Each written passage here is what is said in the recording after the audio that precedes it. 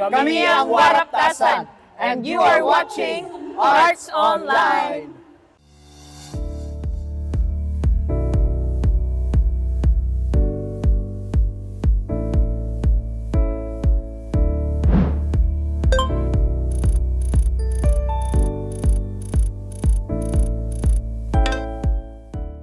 Magandang umaga sa inyong lahat. Ako po si Ate Tony ng CCP Arts Online, ang inyong kaibigan at kasama sa sining at kultura.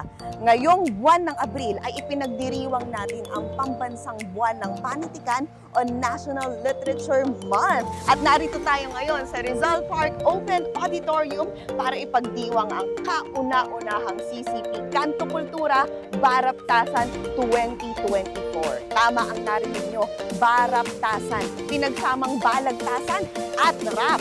Naku, paano nga ba ang kalalabasan nito kapag pinagsama ang dalawang anyo ng tula na ito?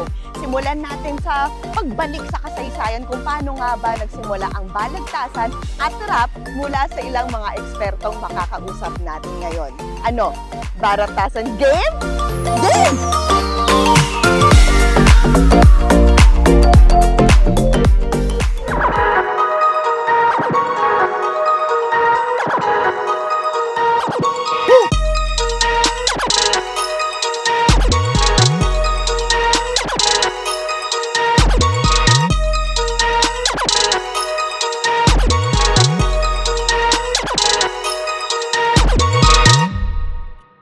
Magandang umaga po at kanina nga nabanggit ko na ipinagdiriwang natin ang sentenaryo ng balagtasan dito sa Pilipinas at ngayong buwan nito na Abril ay pinagdiriwang natin ang pambansang buwan ng literatura at kasama natin ngayong hapon ang CCP Vice President and Artistic Director. Mga kaibigan, narito po si Ginoong Dennis Marasigan. Magandang araw, sir. Magandang araw, Tony. So, sir, ano naman po kaya yung background paano nagsimula itong fusion na ito ng balagtasan at rap at paano nabuo yung buong konsepto ng baraptasan?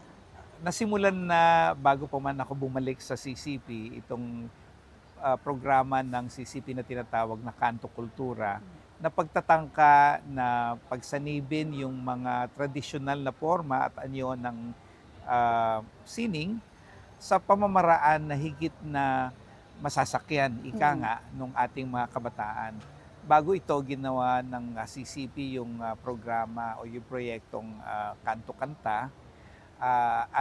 Ang pagtatangka ay gawin nga ito sa iba't ibang anyo ng sining. Kaya pagkatapos na gawin ito sa musika, ang sunod na naisip ay gawin ito sa panitikan. At nagkataon nga na nung pinaplano namin ito, na pag-alaman namin na itong taon na ito, pinagdiriwang natin ang ika-100 taon mula ng nagtagisan sa pamamagitan ng formang patula sina Florentino Colliantes at saka si Jose Corazon de Jesus.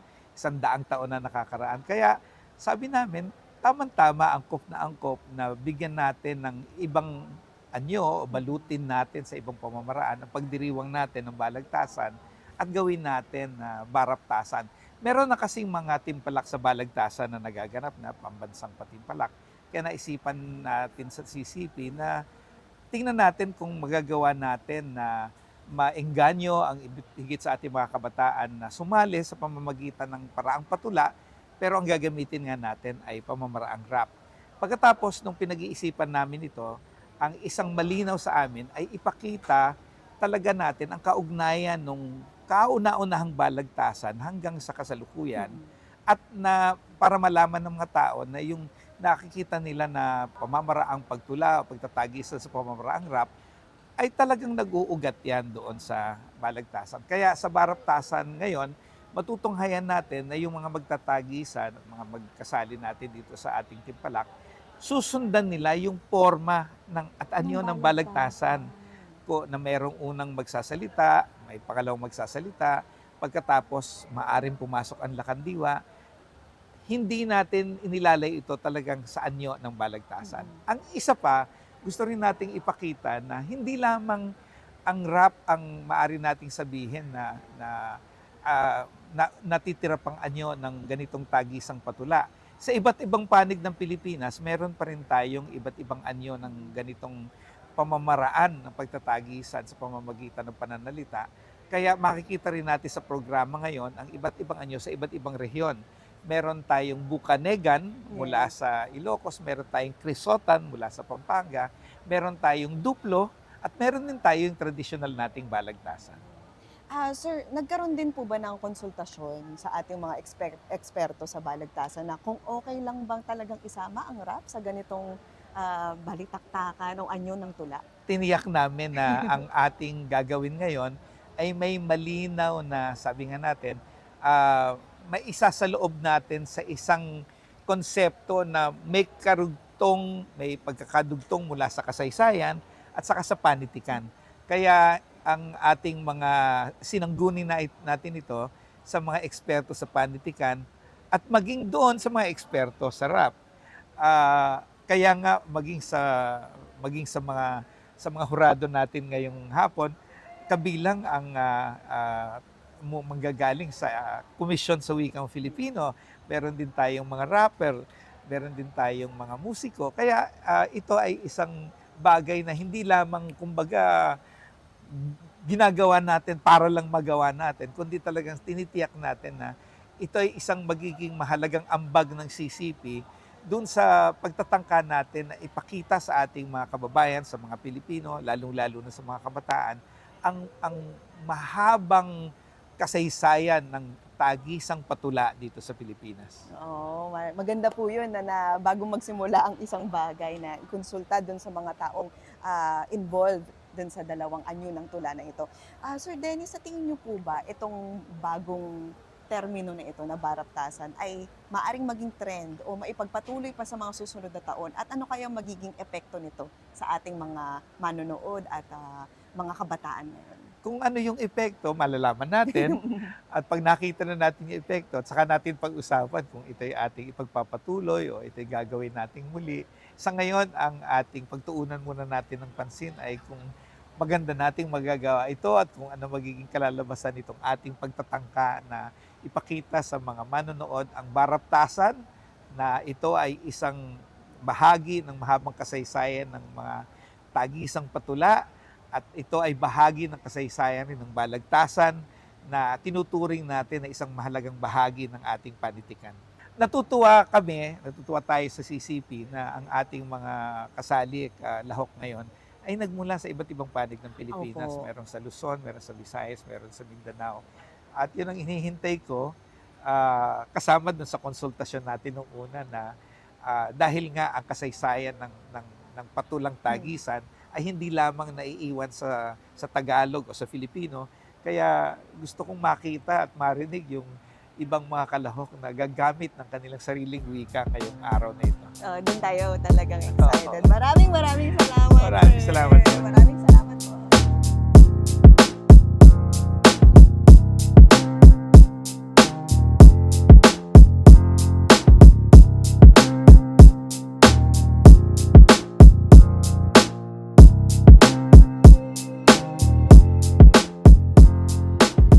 Isa pong magandang umaga sa lahat at kanina nga po nabanggit natin na ang buwan na ito ay ang pagdiriwang ng pambansang buwan ng panitikan at ang sentenaryo ng ating balagtasan. Yun, ngayong Abril. So kanina nabanggit natin kung ano saan nga ba nagmula ang pinapagsama natin ngayon ng dalawang anyo ng tula na balagtasan at rap. At kasama natin ngayon ang isa sa mga tanyag na mambabalagtas. Ganun talaga. Oo, mambabalagtas. At isa sa ako maituturing ko eksperto pagdating dito sa balagtasan, si Ginoong Vim Nadera. Salamat po, Magandang salamat. araw, Sir Vim.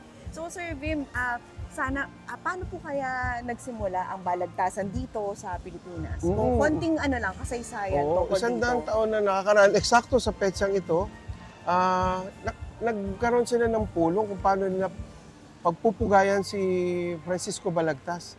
Sabi ng mag-asawang Sevilla, ang bana ni Rosa Sevilla, si Jose, ano bang ating gagawin? Eh di magdupluhan tayo. Eh di magkaragatan tayo. Eh sabi nung kapulong nila, wag na, luma na yan eh. So gumawa tayo nung ganun pa rin, debating patula, pero sana naman yung paksaing bago kasi laging ang ibon ng hari ang pag-uusapan at saka yung singsing. Nung mga Noong unang pa po. panahon kasi, yun ang pinagtatag, ang ibon ng hari, lumipad pa po sa baghari. Tapos, yung iba pa, yung singsing, hanapin mo, tapos ito yung dating uni ng parlor games, o naman Yes. games na ginagawa ng ninuno natin. Opo. Nagsawa na sila siguro. At tinalakay na lang nila yung mga kontemporanyo o mga ngangayuning paksa. Opo. So, nung una muna, kung ano mahalaga, bubuyog versus paro-paro, hanggang kinalaunan, mga isyong panlipunan na. Dito na po sa Oo, Balagtasan. oo. Ang unang nanalo nga nun ay si Jose Corazon de Jesus, ang unang hari ng Balagtasan. At sa huli, nagkaroon din ng ibang platform. Natapos ito sa radyo. Kaya ang huling hari ng Balagtasan, si Emilio Mar Antonio, magkakaroon siya ng anak na tatawaging Teo T. Antonio. Nahurado natin yan sa Baraptasan. At si Teo, hindi mo na itatanong, ang iniimbitan ng CCP lagi. Siya ang mukha ng Balagtasan. Opo. Hanggang kinaulaunan, nagkaroon siya ng grupo. Ang pangalan ng grupo, MTV. Wow! Mike Corosa, M.T. Teo Antonio, V. Vimnadera. So May grupo nabuo na po kami. kayong grupo para magpalagana pa po Oo. ng Balagtasan. Oo. Unang, proyekto ito ng National Commission for Culture and Arts. Iniikot kami sa isang dula. Nagtatalo ko anong mahalaga, patriotismo o globalismo. Luzon, Visayas, Mindanao, umikot kami. Hanggang nagkaroon to ng ingay, naimbitahan kami sa Phil-American Book Festival, kaya pinadala yung Balagtasan sa San Francisco. Tapos, nagustuhan nila, inulit-ulit, pero pinadala naman kami sa New York, sa Bowery Poetry Club. Kamusta sir Sa yung, Broadway, yung pagtanggap sir ng mga audiences? Kaya doon? nga, nakakatuwa kasi sa Broadway to ginawa at yung mga Phil-Americans tuwan-tuwa. Kaya lang, kailangan natin ng subtitle. Oo. Ang Ang galing. ibig sabihin, nagawa yun na. Sa tingin ko naman, di pa nauulit. Oo nga. Ayun nga lang, nagkasakit kasi si Teo Antonio, kaya hindi ganun kasigasig. Kami nga, kaming dalawa na lang ni Mike, kaya MV, nawala na yung T. Kaya sana, ngayon, yung kanyang pagtulong sa pagpapalaganap ng Balagtasan, sa pamagitan ng inyong Baraptasan, ay maging mas makulugan. Pagkaraan ng 100 taon, nandito ang tinuturing namin siyang buhay na hari ng Balagtasan. Pero Sir Vim, yung paano po kaya na nakaabot sa inyo yung Balagtasan? Narinig niyo po ba siya sa eskwelahan? Paano lang po kayo na-expose dito sa... Nagkaroon ng Balagtasan sa Singapore. Sa Singapore pa? Yun ang highlight. Ako front act lang. Oo. Nag-perform kasi ang ginagawa ko, performance poetry. Nasa parang bago magbalagtasan, ako muna. Oo. Tapos, nagkaroon na kami ng break, kumakain ng hapunan. Doon sa parke na sa Singapore, nagbabalatan pa rin yung dalawa. Ako yun ang magitan, so patula ha. Kasi habang umiinom ng serbesa, nagtutulaan sila na kung ano nung pinag-uusapan, wala kakwenta-kwenta. Tapos ako yung namamagitan. Tapos may nagkaroon ng idea nga itong National Committee on Theater Arts. Sabi ko, ba't hindi na lang kaya tayo? Mga Pilipino. Kasi kami, mga Makata, so dapat Literary Arts Committee kami. Naimbitahan kami ng taga-teatro pa. Na magtanghal. Oo, yun nga yung titulo nung ito yung Hanas. Yung Hanas, ibig sabihin eksperto sa Bisaya. At yun itinuro, ito kasi yung mga pamana sa Luzon, Visayas, and Mindanao na nawawala na. So isa nga yung Balagtasan. So ginawa nilang issue yun, pagtatalo, yung globalismo o patriotismo. Opo. So yun ang posisyon ni Mike yung globalismo at patriotismo si Teo Antonio. Doon ko unang ginawa yung rap. Nag-rap ako doon kasi paulit-ulit, di ba? Ako mismo nabobore. So sinubukan ko mag-rap kasi So, uso na doon pala, may rap na nagka-fusion na.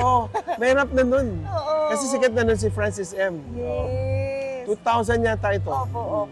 Doon po pala nagsimula yun yung mga exposure. Tapos, ako ngayon, itinuturo ko na. Kasi nagtuturo ako ng pagsulat ng tula. Ang final sila, rap at balagtasan. Saan po kayo nagtuturo ngayon, Sa UP sir? Diliman. Sa UP Oo. Diliman. So, ginawa ko na kasi sabi ko, ito na yung munting kontribusyon ko. Kasi kung hindi naman kami lagi nagtatagal, si CP lang lagi ang naimbita sa amin para sa sugpuin ng korupsyon ni Ma'am Flor Abanto Yes, sa DZRH. Opo. Si CP lagi ang nag-iimbita sa amin. At minsan yung Kamuning Bakery. Eh pag minsan, wala na. Eh habang nagtuturo ko, nung una kasi sa English yung tinuturo ko, performance poetry. Ngayon, pagsulat ng tula, sinamantala ko na. Opo. Nilagay ko sa huli yung balagtasan bilang panghuling proyekto ng mga bata. At Ganda. makikita mo na ngayon, likas sa atin eh. Opo, no? Kung tutuusin niya, nauna pa tayo sa rap battle o tinatawag nilang flip-top. Opo. Nauna tayo dun. Opo. Nabanggit nyo na nga, sir, itong yung baraptasan. At alam ko po na isa po kayo sa parang naging bahagi para mabuo itong proyektong ito. Paano, sir, yung naging proseso na kinonsulta ba nila kayo bilang kayo isa sa mga eksperto sa balagtasan? At maaari nga bang maipagsama ang dalawang anyo na ito? O, kinonsulta nila ako para luto na. Ang ganda po, gano'n. Kaya may alilangan ako. Pero ano po yung naging unang reaksyon Oo, nyo na kasi- rap at balagtasan? Kasi ang una May kong reaksyon pagsasama? talaga, sa totoo lang, Opo. parang birthday ng lolo. Di ba, 100 taon na si lolo. Pinagdiriwang natin yung kaarawan ng apo, si Rap. Di ba? So, kumbaga may agam-agam ako nung una. Pero nung nakita ko, kaya nga hindi ako naging bahagi ng hurado kasi may mga estudyante ko sumali. Hindi ako alam ka mag-judge ako, Opo. nandun yung mga estudyante ko. Sinuportahan ko talaga ng todo. Kaya yun. Magpapatuloy po kaya ang ganitong baraptasan na trend o Actually, termino? actually, ang tawag namin dito dati, rap lagtasan. Ginawa na namin to. Lagtasan. Ah, Sa Ateneo, Opo. doon ginawa yung unang rap lagtasan. Kasama namin yung mga rappers from Tondo. Kung napanood mo yung Tribu na nanalo ng Sinimalaya, na dinirehe ni Jim Libiran, bahagi kami noon. Nandun kami lahat, kami tatlo yung MTV. Opo. Nandun kami sa pelikula yon. Kasi kaibigan namin yung director. Opo. Sir, At sa ang isa- respeto din, nandun din kayo, di ba? Yung mga Opo. ganon. Oo nga. Yung sa Tribu, ang contribution namin doon, tinulungan namin yung mga rappers magtugma ng tama. Oh. Kasi may mga manunulat ng kanta, meron mga makata Opo. na mali-mali ang tugma.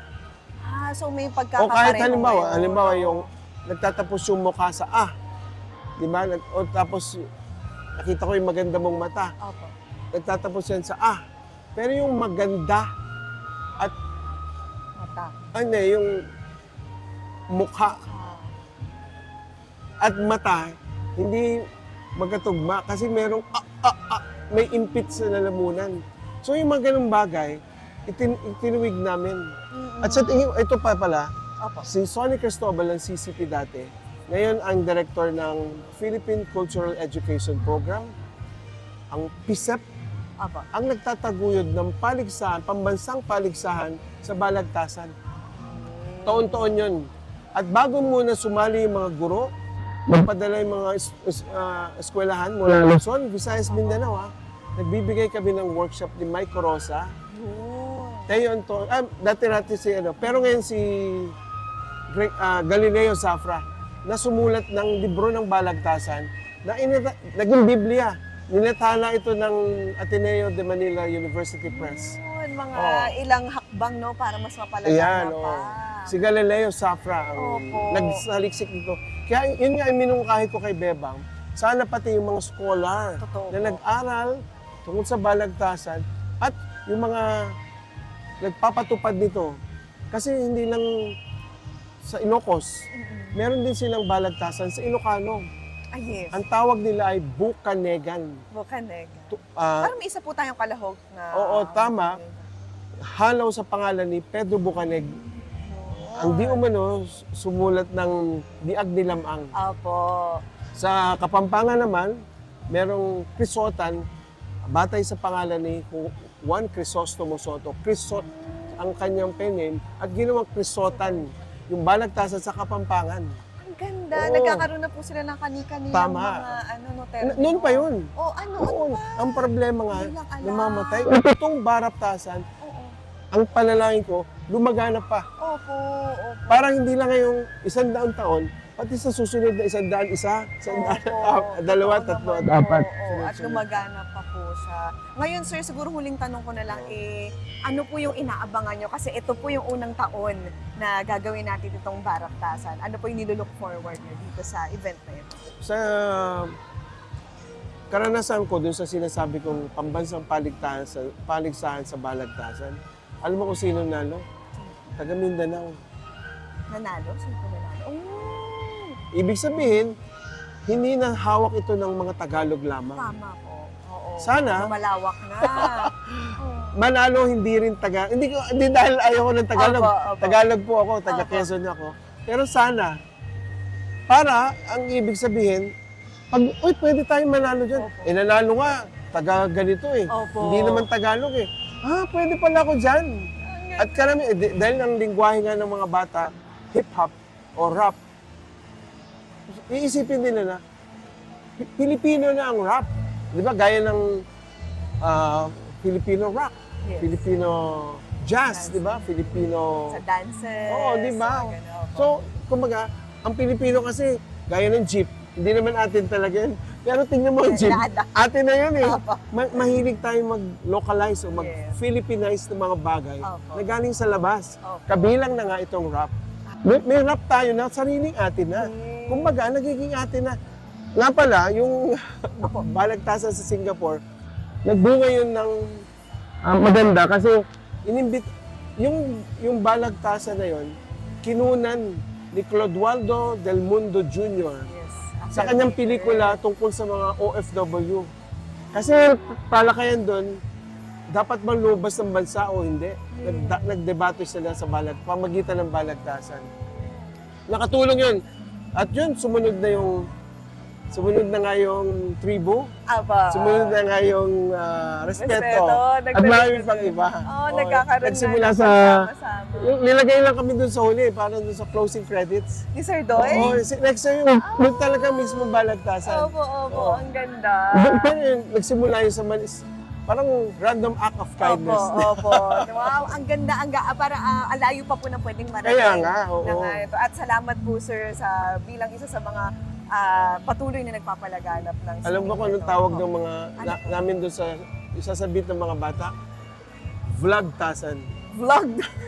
Kasi vlog nila pagkatapos nilang gawin. So, tingnan natin kung bagong term ba yan, no? Pero maraming salamat, Sir Bill. Salamat din sa Maraming inyo po lahat. sa inyong lahat. Thank you, sir.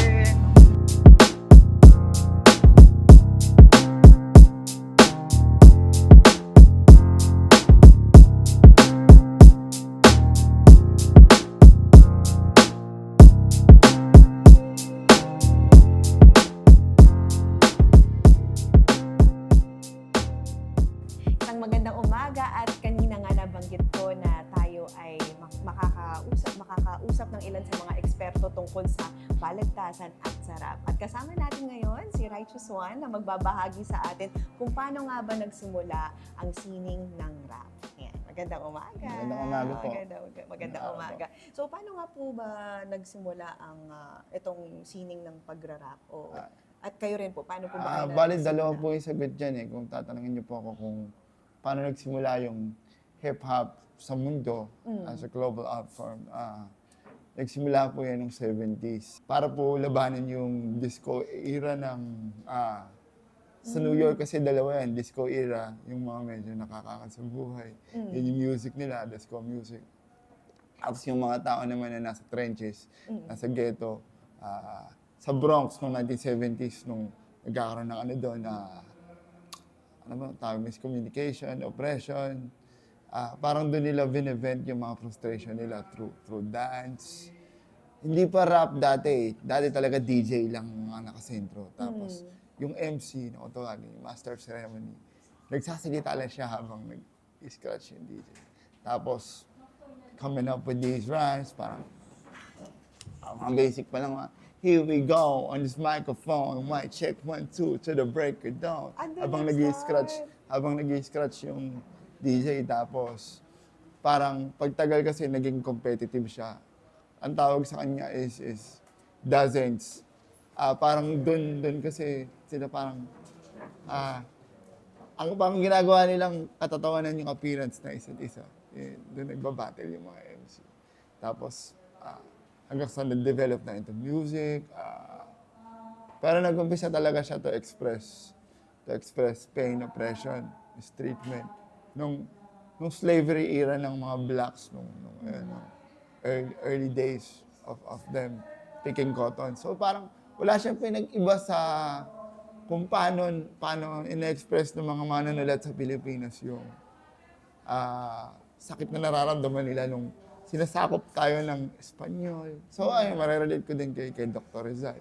Paano siya sumulat ng mga nobela. Ganun. Literature. Yeah. Pero mas rugged nga lang.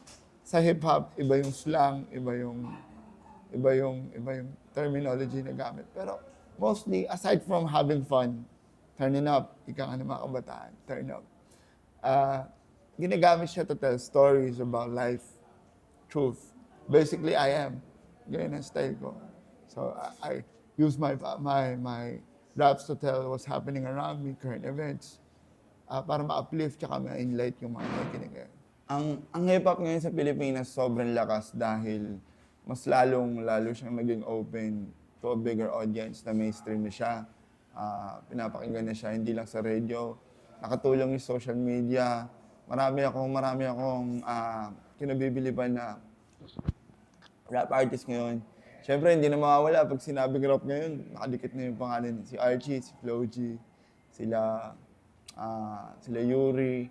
Sobrang natutuwa ako ngayon kasi yung kapatid ko ngayon, may bago kaming kanta. Magko-concert din siya ngayon, parating si Hev Abby. Tapos pabata yung henerasyon ng mga artists ngayon, which is opening doors for them to dream, to aim for a better life for themselves, also to their families. Tsaka, syempre, di ba, when you influence people to a greater purpose, it also, like, makes a better future for humanity. So, tuloy-tuloy lang. Sa rap battle naman, natutuwa ako kasi yung mula na sa mga unang mga kabatch ko na nagsimula sa rap battle dito sa Pilipinas. Looney, Delo, andyan pa rin ako. Pero, natutuwa rin ako na dumarating din yung mga bagong rap battle MC sila. Sila Raffian, Amanda Baliw, sila Tulala. Sobrang galing na performance artist. Siyempre, si Bilton. Abangan niyo mamaya si Bilton Sabino at siyempre si Antonio Bathan. Ikaw po ba, paano ka rin na-expose dito sa art na ito? Mula umpisa, mahalata ang edad ko eh. Hindi, paano ka nagka-interest? Nag-umpisa ako, I started rapping 1998 sa mga family gatherings, sa mga school. Pag may mga program, tapos nakikinig ako ng mga cassette tapes din ng Death Threat, ni Dr. Dre, and ni Francis M. Tapos, nung nakuha ko yung structure ko paano binubuo yung rap songs, tinry ko gumawa ng mga rap songs sa Yellow Pad nung ano pa lang ako, nung 9 years old ako, tinarecord ko siya sa, alam mo yung ginagamit ng mga reporter nila. Nire-record ko yung sarili ko. Wala pa akong pabili ng instrumental. Pinapalo ko lang yung lamesa. Yun yung beat ko. Tapos girap ako. Tapos tinitingnan ko lang ako paano yung isa. Tapos, isang beses niyaya ako ni Papa magpunta ng music warehouse sa may kawayan kasi andun daw si Franz Magalo nagpapapos. Nanonood ako. Sabi ko na hindi ako uuwi ng bahay namin hanggat hindi ako nakapag-rap kahit acapella lang sa anak. So ayun, early din sa event. Nag-aantay na ako. Siguro mga 7 p.m. pa lang andun ako. Tapos, nung in-announce nakita ko alam ko yung kulay ng van ni Francis M. kasi sa Eid Bulacan, nakita ko na rin siya sa personal. Nung nakita ko na nandun na yung sasakyan ni FM sa pinilit ko talaga yung mga tropa ko. Nag-gate crash kami doon sa dressing room. Duwa kami sa likod mo. Tapos pinagalitan ako nung security bouncer. Tapos nakita ko ng mga friends, makasama ni Sir Kicks. Ay, ano bang ginagawa ng bata dito? Ano ba? Ba't ka ba? Hindi gusto ko po kasi mag-rap sa harap ni Francis M. Kahit ilang lines lang. Tapos paglapit niya sa akin, nangiti siya. Nagra-rap ka nga. Tapos nag-rap ako, kakapay na sa kanya. Tapos doon ako, parang doon niya ako narinig na marunong talaga ako. Tapos binigyan niya ako ng araw tsaka oras. Para pumunta ka sa Cubao, sa may Broadway ng ganitong oras. Kailangan ganitong oras, andun ka na. Tapos, usap tayo. Papakita ko sa iyo kung anong itsura ng totoong studio. Wow. Tapos parang tinesting niya lang ako kung talagang yung determination mo. Kasi alam niya, naka-wheelchair ako. Parang mahirap talaga. Parang yun yung parang trial by fire ko. Kung makakarating ako doon, ibig sabihin, mahal ko talaga yung ginagawa. Wow. Kaya hanggang ngayon, ganun pa rin yung commitment na nilalagay ko dito.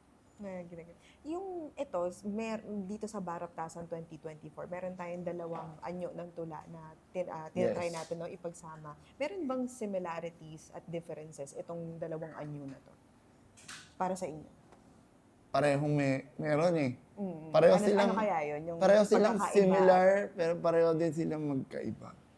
In what way? Para sa Similar sila to a point of meron silang ipinaglalaban. They stand for something. Ano ba yan? Pero they stand for something. Meron silang ina-uphold na standard ng art, message. Siyempre, pareho silang may lessons. Yung importansya din ng pagkakagawa ng syllables. Yung ganda ng mensahe din. Tsaka, ang pagkakaiba naman nila is, siyempre ngayon, mas maraming elements. Sarap, ginagamitan na nila ng per se, auto-tune. Iba na rin yung mga words na ginagamit. Mas modernized na rin yung beats. Pero masaya ako na bilang isang taga-Bulacan, lumaki may kawahan Bulacan, masaya ako na pine-preserve o ina-uphold ang ganitong klase ng art form, ang baligtasan, ang bukanegan at ang kusotan, pinapanatiling buhay kasi these are also like core parts of the culture dito sa ating bansa. Sa panahon na ang Gen Z ay kinakain ng Western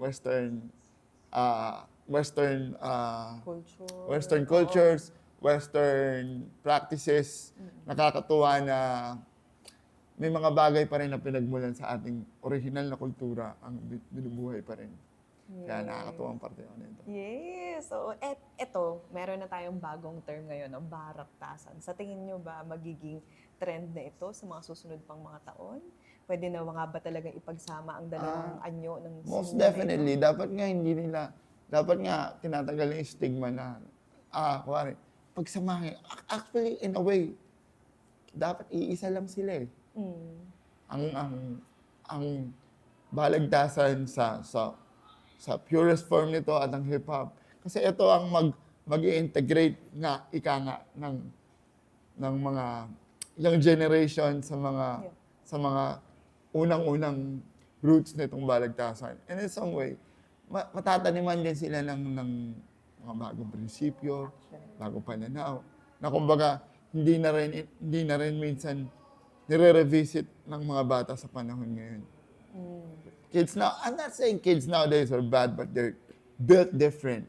Dahil din sa technology ngayon, kung gaano kabilis na lang ma-access, attention span of people nowadays is like 30 seconds to a minute. Kaya ngayon, ang mga kanta ngayon, 2 minuto pa baba, 2 minuto pa taas. Wala na silang focus, wala na silang comprehension. Comprehension by the mind and comprehension by the heart. Siguro pag napakinggan nila yung mga pyesa ng mga mababalagtas, ng walang instrumental, walang beat, hindi kagaya sa rap, mas mapapakinggan mo siya ng in-depth eh. Hindi mo siya mabuti. Nakaka-move. Kaya maganda. Interesado akong ma-experience ng mga kasama kong rappers yung gantong art form. ano yung nilulook forward mo dito sa Baraptasan 2024? Kasi ito yung kauna-unahan nating pagsasama nitong 2 anyo na to. Paano kung ang mambabalagtas naman ang tumula sa loob ng hip-hop beat, Yeah. tapos yung rapper naman ang susubukan niya naman mag-adjust sa format naman ng mambabalagtas. Para silang magpapalit ng mundo. Tapos, titingnan natin kung kaya ba nila mag-adjust sa ganong environment, sa ganong platform. Para makita din ng audience na, pwede pala talaga siya. Compatible pala siya sa isa't isa. Eh, syempre, ina-expect ko rin na maging magkaibigan din yung mga tao in the scene, maging mas molded sila, cohesive, magkaroon ng mga future collabs, mga trabaho, para di ba, makita talaga natin kung gaano talaga siya ka-molded. Siyempre, mag-enjoy lahat. Ito ang pinakamalapit na.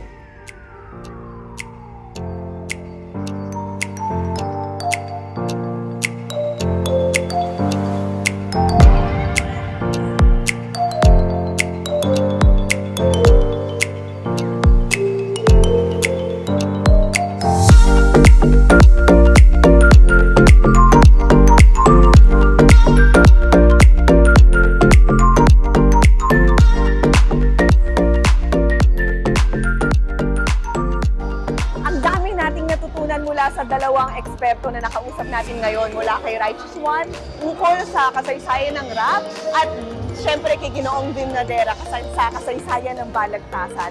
At dahil pareho silang napakalakas ang dating sa mga manonood at pareho ang pinaglalaban, nakita natin na meron silang pagkakapareha at meron din silang pagkakaiba. So sa ganun, paano natin sila mapagsasama? Tingnan natin sa Baraptasan 2024 na matutunghayan natin sa ating susunod na episode.